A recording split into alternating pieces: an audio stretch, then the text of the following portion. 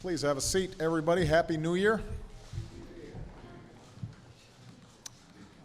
Last October, when my former Chief of Staff, Rahm Emanuel, departed to pursue other opportunities in Chicago, I asked Pete Rouse, one of my most trusted aides, to step into the breach and lead us through a very difficult time. And I also asked Pete to help us think about how the White House should be structured and run over the next 2 years. Thanks in no small part to his efforts, a period that everybody thought would be one of retrenchment turned out to be one of great progress for our country. And Pete's leadership's all the more remarkable when you consider that when I first met him and asked him to lead my Senate staff, he told me in that gruff voice of his that his strong inclination was to leave government.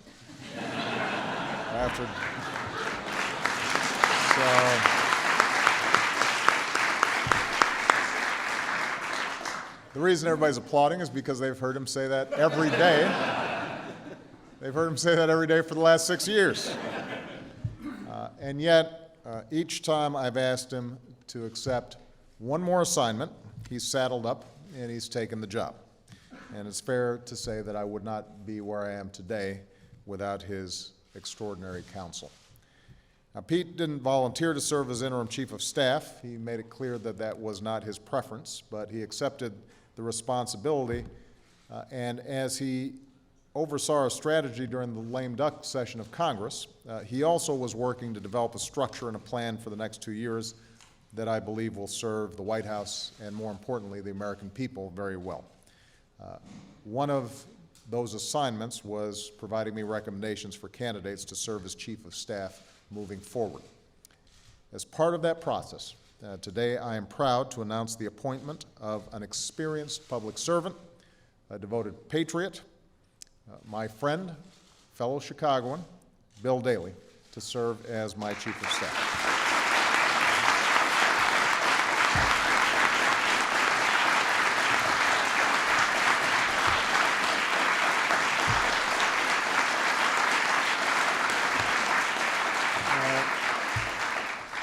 Few Americans can boast the breadth of experience that Bill brings to this job.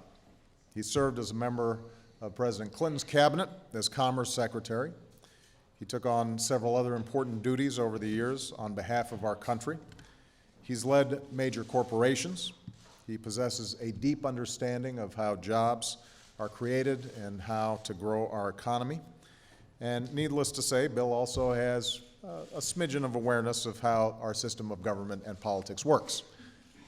You might say it is a genetic trait. But most of all, I know Bill to be somebody who cares deeply about this country, believes in its promise, and considers no calling higher and more important than serving the American people. He will bring his tremendous experience, his strong values, and forward-looking vision to this White House. I'm convinced that he'll help us in our mission of growing our economy and moving America forward, and I very much look forward to working with Bill in the years to come.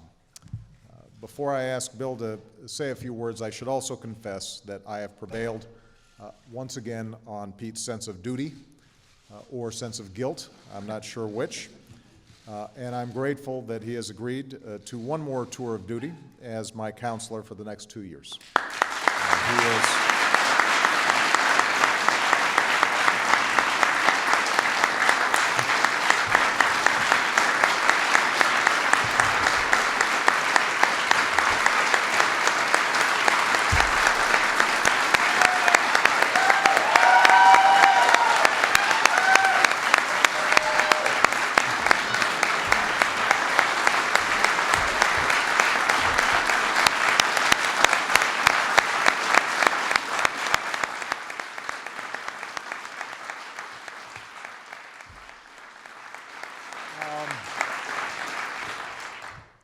As you might have noticed, people like Pete.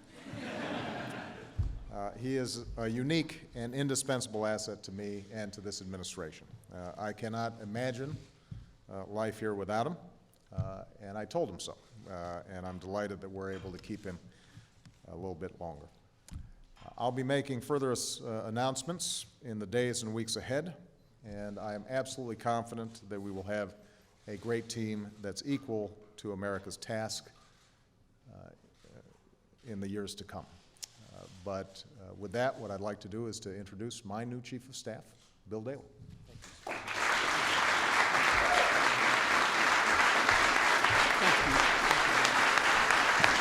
Thank you very much.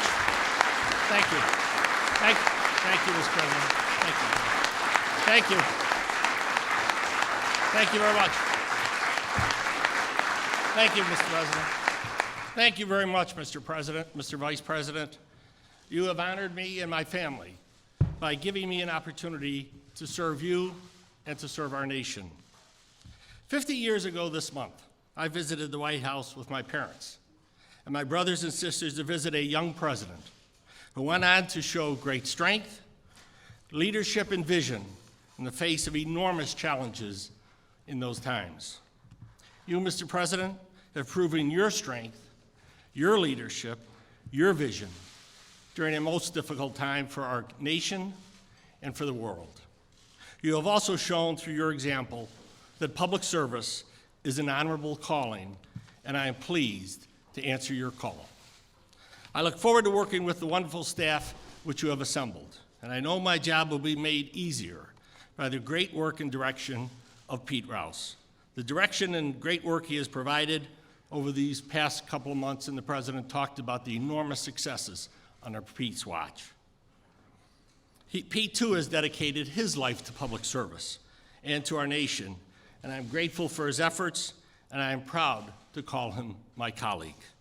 I assure you, Mr. President, as they have done in the last 2 years, that this team will not let you down, nor the nation. Thank you very much for this extreme honor.